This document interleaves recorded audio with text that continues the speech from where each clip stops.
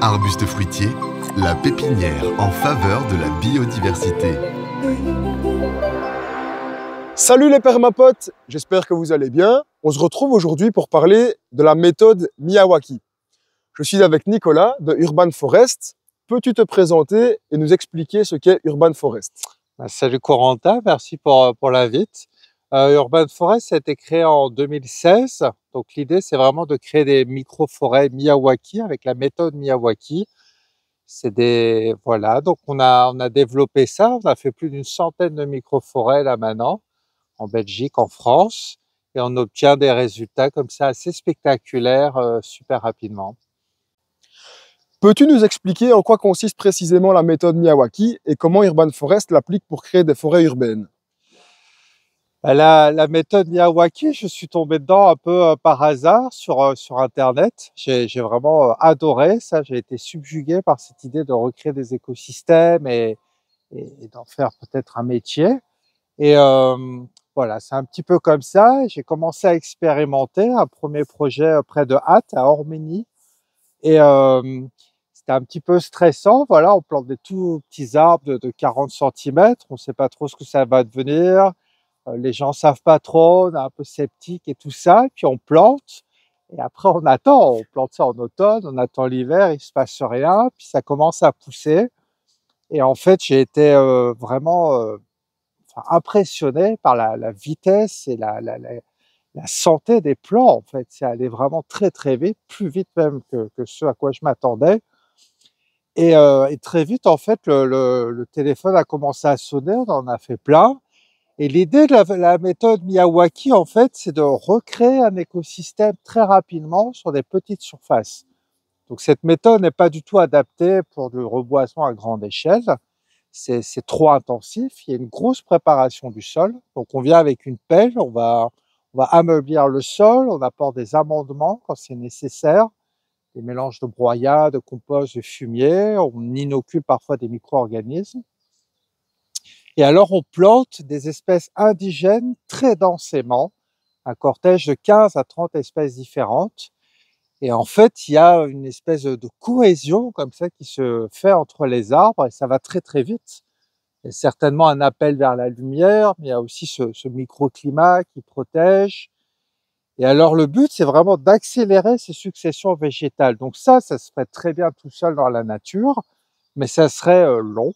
On estime qu'il faut plus ou moins 200 ans pour reconstituer une forêt mature. Et avec cette technique, on espère avoir des résultats équivalents en 20 ans. Donc c'est vraiment ça le principe, c'est d'accélérer les successions végétales.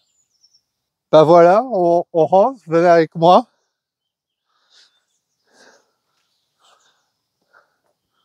On crée des sentiers comme ça pour vraiment profiter de la forêt.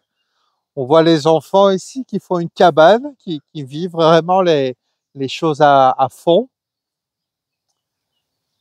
Et on voit voilà cette densité vraiment de végétal. On lève la tête, on voit tout ce feuillage différent, ce ciel bleu au-dessus. Voilà, c'est quand même un endroit de bien-être. À travers le feuillage, on voit un petit peu l'école qui est derrière, etc. On peut imaginer un enfant voilà, qui vient un petit peu se réfugier ici, quoi, pour se changer les idées. Voilà, donc c'est pas seulement de la nature pour elle-même, c'est vraiment aussi des sentiers pour se promener, pour se détendre. Comment cette méthode permet de recréer des écosystèmes forestiers aussi rapidement sur des surfaces réduites? Alors en fait, c'est vrai que ce qui est particulier à cette méthode, c'est un peu cette obsession de la vitesse. C'est le constat en fait du professeur Akira Miyawaki, c'est que en fait la nature met du temps quand même à se reconstituer. Dans le monde moderne, donner 200 ans comme ça à la nature pour se reconstituer, c'est quand même difficile. Et donc il s'est posé la question comment on pourrait accélérer tout ça. Et il a passé vraiment plus de 15 ans de sa vie à cartographier toutes les forêts au Japon, vraiment comprendre l'écologie forestière, la dynamique, les assemblages d'espèces. Et c'est ça. Donc la première étape, c'est le sol, c'est de comprendre le sol, c'est de créer un sol meuble Donc on va ameublir le sol, on va apporter du bois pour accueillir les champignons qui rentrent en symbiose avec les arbres. On va apporter du fumier. Alors c'est évidemment la nourriture, mais c'est aussi plein de micro-organismes qui vont booster la vie du sol. Et puis après, il y a les arbres. Donc les arbres, c'est vraiment de retrouver les espèces indigènes, bien de chez nous. Ça, c'est vraiment important. Si on plante autre chose que de l'indigène, c'est très bien en soi, mais c'est pas la méthode Miyawaki. Voilà, nous, on est vraiment, on veut recréer la forêt telle qu'elle était il y a très longtemps. Et c'est ça qu'on retrouve ici. On a des outils pour ça. On, on a une carte, en fait, de la végétation potentielle naturelle de l'Europe, qui a été faite par un institut en Allemagne. Et donc, on se retrouve sur la carte et on nous dit, bah voilà, la forêt est dominée par le chêne, avec du cornouiller, avec voilà de l'érable et des choses comme ça. On retrouve cette communauté végétale. On va aussi faire des observations autour pour voir ce qu'il y a. Et puis voilà, on plante tout ça très densément. Et donc, vous imaginez ici les arbres qui se protègent du vent. Il y a, alors, il y a quelque chose que j'adore raconter qui est assez dingue, que j'ai découvert il n'y a pas très longtemps. Mais donc, les arbres font la photosynthèse, ils créent des sucres qui vont permettre leur croissance, mais une grande partie de ces sucres est injectée dans le sol. Et en fait, dans ce sol, tout ce sucre va bénéficier aux micro-organismes, vraiment toutes les bactéries, les champignons, les protozoaires et tout ça, et vont libérer la nourriture du sol. Et qui va évidemment bénéficier aux arbres. Il y a beaucoup de choses que l'arbre ne sait pas prendre tout seul. Il a besoin de cette coopération.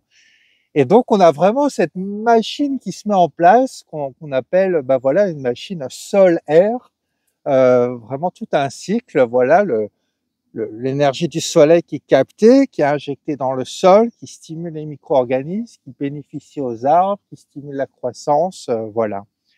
Et puis évidemment, il y a une grosse couverture du sol. Donc là, on voit plus, mais on avait mis un gros manteau de paille. On a rajouté après tous ces copeaux.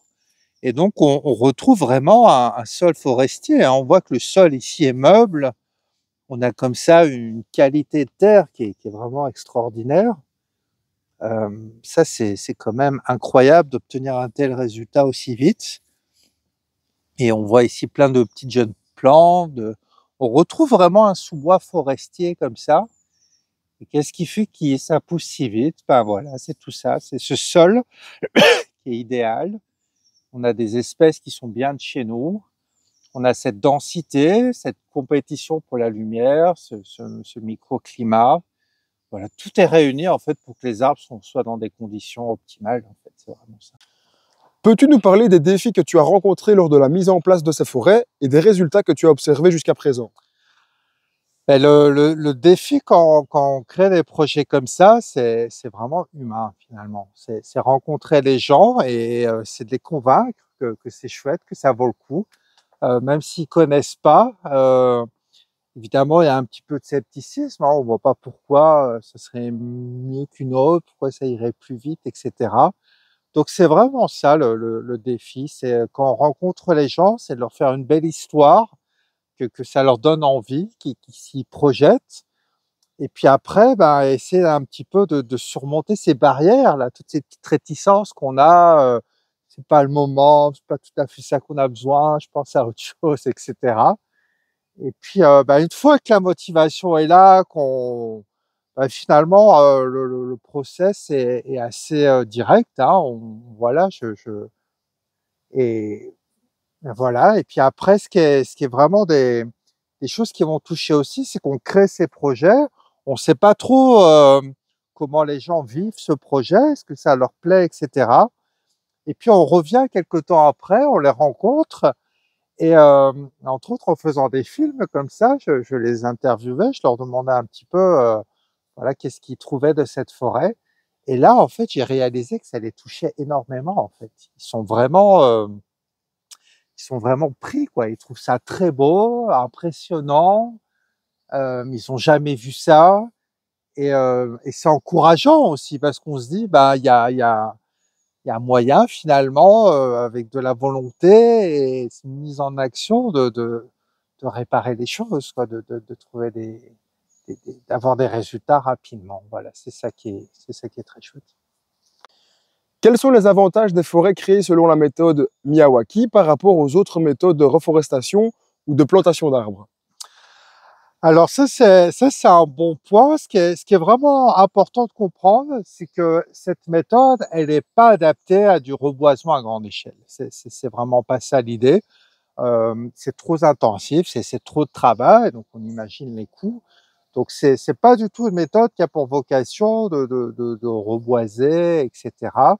En termes de qualité de bois aussi, ça va pas être du super bois d'œuvre parce que comme c'est très dense, bah, les arbres sont assez tortueux, et cetera. On va favoriser cette densité, on va surtout pas intervenir et du coup, voilà, ça n'a pas vocation, forestière, on va dire. Donc l'avantage, c'est surtout sur des petits espaces, en ville, à la campagne, dans nos lieux de vie, de travail, c'est de recréer un écosystème. Voilà, on entend des oiseaux, on voit des insectes et des choses comme ça, c'est vraiment ça l'idée. Et c'est aussi de diminuer l'entretien. En fait, on voit la pelouse ici autour de nous et bah, vous imaginez toutes ces machines qui passent sans arrêt, qui vont tondre la pelouse, qui font du bruit. Et ben ici, on recrée un écosystème qui est complètement autonome. On va pas devoir l'entretenir. C'est beau, c'est simple. Voilà, c'est ça l'avantage de la méthode Miyawaki. Le truc aussi, c'est de voir bah, comment fonctionne un écosystème. En fait, tu parlais, là, c'est cette très belle phrase, là, on n'est pas prêt à cette abondance. C'est vraiment ça. On se rend compte qu'en fait, la nature est généreuse, elle fait des choses incroyables. Et voilà, c'est un plaisir aussi. Et puis j'imagine qu'il y a des moments où voilà, on a besoin de se détendre, de penser à autre chose. Peut-être qu'on vit des émotions difficiles. Ben voilà, on vient se promener ici autour et peut-être qu'on va réussir à dédramatiser, on va se ressourcer. Voilà, c'est vraiment, ça fait du bien, c'est ça. Et évidemment, d'accueillir toute cette vie. Les enfants, là, on est dans une école, on imagine que les enfants, bah, ils viennent, ils jouent, ils sont en contact avec la nature. J'espère qu'en grandissant, ils vont vouloir reproduire la même chose. Ils vont arriver au travail, dans leur jardin, et ils vont dire, voilà, bah, au lieu d'une pelouse, on va faire une mini-forêt. Voilà, c'est vraiment ça l'idée. Donc c'est très transversal en fait. Évidemment, on va restaurer le sol, hein. Il y a eu ici une énorme inondation. Voilà, il y a eu un niveau d'eau qui a été jusque ici et ça a cassé les vitres de l'école, ça a cassé la plaine de jeu, et cetera. Et la forêt a très bien résisté. On imagine aussi quelqu'un qui sera en détresse là, bah, il vient s'accrocher à un arbre et et il passe la tempête, quoi. Voilà, c'est un petit peu ça. Ça résiste super bien au climat, même quand on a eu des étés très, très secs, voilà, il y a rien à faire. Cette abondance finalement se suffit. Il y a vraiment tout un système en place qui est assez résilient. Voilà, il y a beaucoup d'avantages. Tu as mené une étude sur 6 sites en Belgique pour mieux comprendre l'évolution des microforêts. Peux-tu nous partager quelques résultats clés de cette étude? Alors oui, cette étude, j'avais vraiment envie de la réaliser parce qu'on entend beaucoup de chiffres et bon, on ne sait pas trop, on a envie de vérifier. Et on a sélectionné 6 sites, des microforêts comme celle-là, entre 3 et 6 ans d'âge. Et on est venu faire un transect, donc c'est vraiment une ligne, un genre de rectangle sur lequel on a vraiment pointé chaque arbre, où est-ce qu'il se trouve, l'épaisseur du tronc, la hauteur de l'arbre, l'amplitude de sa couronne. Et donc ça nous a permis de voir la mortalité. Et on voit qu'il y a une mortalité de 15 à 35%, ce qui me semble tout à fait normal et acceptable. On voit que la vitesse de croissance est de plus ou moins 75 centimètres par an, avec vraiment des arbres qui poussent d'1,50 m, 2 mètres par an. C'est vraiment incroyable. On voit que au niveau du sol, donc on a observé le sol au microscope à l'extérieur de la microforêt et dans la microforêt. Et on voit qu'il y a beaucoup plus de vie dans la microforêt. Vraiment, les arbres ont stimulé toute la chaîne trophique du sol, hein, les bactéries, les champignons, les nématodes et tout ça, les petites amibes et tout. On voit qu'il y a vraiment un foisonnement. Euh, On avait aussi la vitesse d'infiltration de l'eau dans le sol. Alors ça, c'est un indicateur que je trouve génial parce que je trouve qu'il résume beaucoup de choses. On a versé de l'eau à l'extérieur de la microforêt et dans la forêt, et on a mesuré le temps qu'il faut à l'eau de s'infiltrer dans le sol. Et on voit qu'en moyenne, l'eau s'infiltre 4 à 6 fois plus vite dans la microforêt. Donc ça, c'est vraiment génial. Ça veut dire que c'est vraiment une éponge qui va capter l'eau, qui va permettre aussi aux arbres d'être plus résistants aux périodes de sécheresse. Et cette eau aussi va être dégagée pour apporter de la fraîcheur. Voilà, l'été, quand on en a besoin, ça fait du bien. Voilà, on a vu quand même pas mal de choses. Et puis on a vu aussi voilà des transformations. Entre autres, on a créé une microforêt dans un espace immobilier d'entreprise. C'était vraiment la pelouse, hein, tondue avec les haies bien ordonnées. Et en fait, on a créé cette microforêt. Les gens ont adoré. Il y a vraiment eu un enthousiasme. Et maintenant, ils ont complètement transformé la gestion de ce parc. Maintenant, il y a vraiment des prairies hautes, ils ont planté un verger, ils commencent à planter vraiment des espèces indigènes qui vont stimuler la biodiversité, etc. Et ça m'a beaucoup touché. Voilà, je me suis rendu compte que derrière l'anecdote, hein, si on veut, de cette petite microforêt, ça a quand même un impact transversal et ça change quand même les gens. Et l'impact va beaucoup plus loin que la microforêt elle-même, quoi. C'est ça qui est extra. Et aussi, une dernière chose, c'est la température. On a mesuré la température dans la forêt et à l'extérieur, même dans la cour de récréation là-bas qui est bétonnée. Et là, c'est dingue. On a des écarts de température de 20 degrés, une journée vraiment ensoleillée en été. C'est incroyable. Donc voilà, quand on est vraiment en recherche de fraîcheur, il n'y a aucun doute, ça fonctionne très très bien. Comment Urban Forest sélectionne-t-il les espèces d'arbres et d'arbustes à planter dans ses forêts urbaines? Déjà ici, on voit des petites graines là qui sont tombées. Là, c'est assez sympa, accrochées dans l'arbre avec une araignée. Mais comment on choisit les espèces? Ben, là, on a vraiment une approche scientifique et intuitive. Donc, on va s'intéresser. Donc, en fonction de là où on se trouve, on va faire des recherches. Donc, dans la littérature scientifique, qui va nous décrire qu'à cet endroit, dans cette région, avec ce sol-ci, il y a telle communauté végétale, dans la forêt vraiment intacte. Donc, c'est cette liste-là qu'on va prendre comme base. Donc, ici, on voit des érables, des noisetiers dans le sous-bois, un peu de troène. C'est un petit peu calcaire ici, hein. On est près de la Calestienne. On a ici un prunelier d'ailleurs qui est énorme, hein. Celui-là, il a 5 ans, il est déjà gigantesque. On a voilà un peu de tremble, on a du chêne, on a de l'orme. Voilà, c'est tout un mix d'espèces et on complète ça par des observations terrain. Donc on va se promener en forêt autour, on observe, parce qu'en fait, en plus de la liste des espèces, il y a des espèces dominantes, secondaires et mineures. Donc les dominantes, celles qui sont nombreuses, les mineures, c'est celles qui sont plus rares dans le milieu forestier. Et ça, bon, on a une liste, mais on ne sait pas trop les ratios. Donc on va aller en forêt et on va voir un petit peu, voilà, est-ce que dans le sous-bois, par exemple, est-ce que c'est le cornouillet, est-ce que c'est le noisetier, est-ce que c'est le troène qui est dominant, voilà. Et puis, bah, évidemment, il y a une petite touche intuitive. Parfois, on a un peu des biais parce qu'il y a des espèces qu'on aime bien, évidemment. Alors, on augmente un peu les ratios. Mais voilà. Et puis bah, on observe, et évidemment, avec les années, en faisant de plus en plus, on commence à comprendre un peu le caractère des plants, on voit comment ils poussent. Moi, j'adore aussi, partout où je me promène, voir un peu comment les plantes s'assemblent entre elles et j'essaie un peu de capter ces assemblages, etc. Donc voilà, c'est pas parfait, mais je pense qu'on est vraiment près de ce que la forêt est vraiment totalement naturelle, à quoi elle ressemble. Et puis bon, quand on voit des résultats comme ça, on se dit que on doit sans doute avoir vu juste. Comment la méthode Miyawaki contribue-t-elle à l'amélioration du cadre de vie des habitants des zones urbaines et quelles sont les retombées positives que tu as pu observer dans les communautés où vous avez implanté des microforêts? Ben là, on est vraiment au cœur de la méthode Miyawaki. Parce que certes, il y a cette technique, etc. Mais le plus important, c'est vraiment ça. Donc, il y a un atout paysager, c'est que voilà, on voit quand même que c'est très beau, toutes ces formes de feuilles différentes, ces couleurs, les écorces, etc. Ben, on peut imaginer ça en ville, dans des parcs, dans son jardin, etc. Et ça fait du bien, évidemment, c'est beau. Ça peut servir de barrière végétale, d'écran végétal, si on veut masquer un bâtiment qui n'est pas beau derrière ou quoi.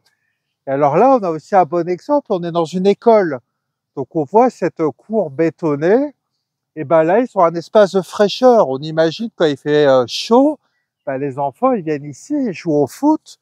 On voit qu'ils jouent à côté de la forêt et ils ne l'abîment pas. Ils vont chercher le ballon dans la forêt, enfin, ils vivent les choses, quoi.